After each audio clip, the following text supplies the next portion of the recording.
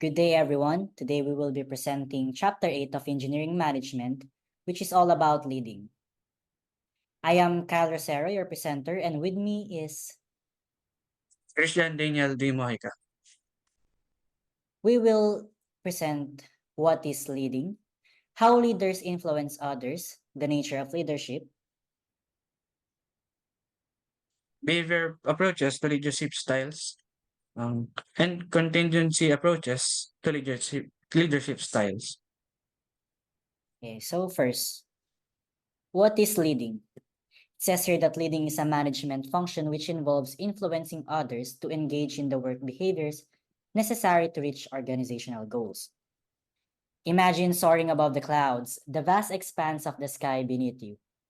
The wind whips through your hair as you expertly navigate your aircraft, relying both in skills and instinct. This is the essence of being an aviator, confident, focused, and in control. Leadership, like piloting, requires a unique combination of vision and decisiveness. Like an aviator who navigates through treacherous storms, a leader must be able to make quick decisions and inspire their team to overcome challenges. Next slide. Now, how can leaders influence others? They are required to perform leadership roles and to possess power. Engineering managers are expected to maintain effective workforces. To be able to do so, they are required to perform leadership roles. Leaders are said to be able to influence others because of the power they possess. In the complex world of organizations where individuals interact and collaborate, to achieve collective goals, power plays a crucial role. Leaders in particular rely on various forms of power to influence and motivate their followers. Now let's discuss the types of power a leader possesses. First is legitimate power. Next slide. Okay, you can see the definition on the screen, but this is the inherent power vested in a position within an organizational hierarchy. Imagine a company CEO. Their position grants them the authority to give orders and expect compliance from employees below them. This power is rooted in the formal structure of the organization and is often depicted by symbols of authority like titles, badges, or uniforms. Now, the next type of power is reward power. Next slide. Okay. When a person has the ability to give rewards to anybody who follows orders or requests, he is said to have a reward power. It is classified in two forms: material rewards, which are tangible benefits, and psychic rewards, which are recognition and praises. Leaders who can distribute rewards, both tangible and intangible, hold a significant power. Effective leaders understand the power of both forms of reward and can leverage them strategically and to achieve desired outcomes. The next power is coercive power. When a person compels another to comply with orders through threats or punishment, he is said to possess a coercive power. Punishment may take the form of demotion, dismissal, withholding promotion, or etc. Now, this type of power approach can be effective in the short term because it can breed resentment and distrust in the long run. Wise leaders utilize coercive power sparingly and only when absolutely necessary. Now, the next power is referent power. When the person can get compliance from another because the latter would want to be identified with the former, that person is said to be a referent power. Now, this power is a power form built on admiration, respect, and identification. Leaders who possess a strong personal charisma, integrity, competence inspire others to emulate them. Followers are drawn to leaders they respect and want to be associated with. Now, the next type of power is expert power. Experts provide specialized information regarding their specific lines of expertise. This influence, called expert power, is possessed by people with great skills and technology. Leaders who possess deep expertise in the field of In the field, command respect and influence. This is particularly evident in technical fields where scientific advisors or industry experts can significantly influence decision making through their specialized knowledge. Understanding all of the powers and leveraging them is crucial for effective leadership. By recognizing the strengths and weaknesses of each approach, strategy based on the situation and the individuals they are interacting with. Ultimately, the goal is to use power not to dominate but to inspire. Remember, leadership is not about wielding power, but about using it responsibly and ethically to create a positive impact on individuals and organizations. Next slide. Now, what is the nature of leadership? It is said to be the process of influencing and supporting others to work and enthusiastically towards achieving objectives. It is expected of any manager in charge of any unit. One cannot expect a unit or division to achieve objectives in the absence of effective leadership. Even if a leader is present but he is not functioning properly, no unit or division objectives can be expected to be achieved. Okay, for the next two parts of the presentation, we will have my co-presenter, Christian.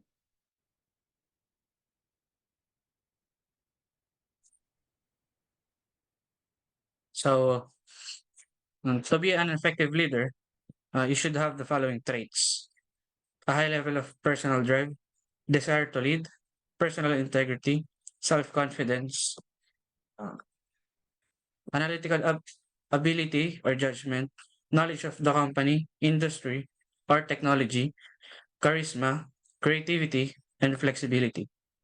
Next slide.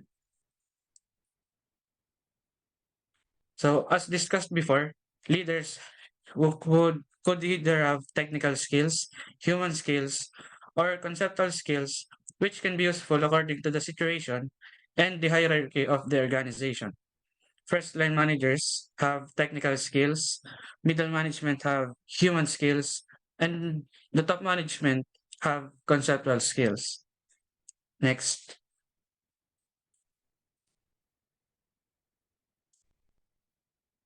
So we'll now tackle the behavioral approaches to leadership styles. Next slide. So leaders have their own styles of leadership in order to achieve their goals. They can be categorized according to what degree of power is used. So first is the autocratic or authoritative leaders. They arrive at a decision without consulting his or her subordinates. This is also known as the leader-centered style. They may be advantageous to situations that require immediate decision in situations such as emergencies. On the other hand, his subordinates cannot contribute to the leader's decision making and may cause frustration, low morale, and conflict among them. Participative leaders promote two-way communication as the power is decentralized to his subordinates. Before arriving at a decision, they use inputs from his subordinates to improve the quality of the decision, therefore increasing job satisfaction at the workplace. Because of the process, it takes a long time for a decision to be made, which can result in delays in decision making. Next slide. So, last is the free reign or laissez-faire model. It involves giving complete freedom to the subordinates in decision making, where the workplace is commonly managed by professionals such as engineers. There is a free flow of communication as it motivates the subordinates to take part in the decision making. But the only downside of this is, quote unquote, leadership is not present in this style and it increases risks as the leader may not guide and support the subordinates. Next slide. So, other than the use of power, leaders may also be classified according to how they view tasks and people. Employee oriented leaders consider employees as human beings as they give their maximum care to the employees, which can be linked to participative leaders. Employees are motivated on a long term basis as they know their leader cares about them. If the leader is too much employee oriented, results may be compromised as they could overlook task failures and miss deadlines. Task-oriented leaders prioritizes the quality output or the production and technical aspects of the work and views as the employees as tools or gears of a machine. Authoritarian leaders tend to be task-oriented as they only focus on what has to be done while having minimal employee involvement. They stress on strong discipline to complete tasks and meet deadlines, and they can lose sight of the importance of showing consideration for employees. Next slide. Leaders have contingency approaches to leadership style wherein they determine managerial practices and techniques which are appropriate in a given situation. Among them are Fiedler's contingency model, Hershey and Blanchard's situational leadership model, path goal model of leadership, and Vroom's decision-making model. Next slide. Fred Fiedler stated that there is not a best style of leadership, and a leader is effective when his style is appropriate to the situation. His contingency model is determined by three principal factors: relations between leaders and followers, structure of the task, and the power inherent in the leader's position. Should the leader fail to be effective, he may change his behavior or trait, select other leaders who have traits or behaviors that will fit certain situations, move leaders around in the organization until they are in positions that fit them, and to change the situation. So, Hershey and Blanchard situational leadership model suggests that the development level of the subordinate is the most critical factor in selecting the leadership style. Directing is for the people with low ability and willingness, so they need direction and supervision when working. Coaching is for people with low ability and high willingness, as they are relatively inexperienced to build their skills and self esteem. Next slide. Support is for people with high ability and low willingness. They need support to help them build confidence and motivation. And lastly, delegating is for people with high ability and high willingness, which would only require a minimal amount of supervision. Next.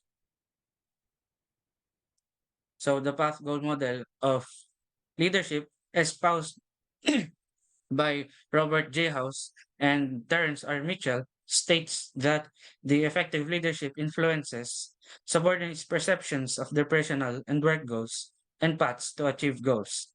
Leaders can enhance motivation by clarifying the subordinates' perception of working goals, linking meaningful rewards with goal attainment, and explaining how goals and desired rewards can be achieved. The process is as shown in the slide. Next slide, please. So the path goal proponents may choose from the following leadership styles: directive leadership, which focuses on quality output to be achieved. Supportive leadership focuses on treating subordinates as equals in a friendly manner. Participative leadership welcomes inputs from subordinates before arriving at the decision. And lastly, achievement oriented leadership involves setting difficult challenges and responsibly achieving them. Next slide. So the last model is Vroom's decision-making model. It prescribes proper leadership style for various situations, focusing on the degrees of the delegation. On the table shown here, we have five decision-making styles, two of which are autocratic, two are consultative, and one group are group-directed. There are respectively a degree of subordinate participation in each leadership styles. And a leader should identify which type of leader to be in certain situations that he or she is facing, and he should also determine if he would need the participation of his subordinates or not. That's all. Thank you for listening.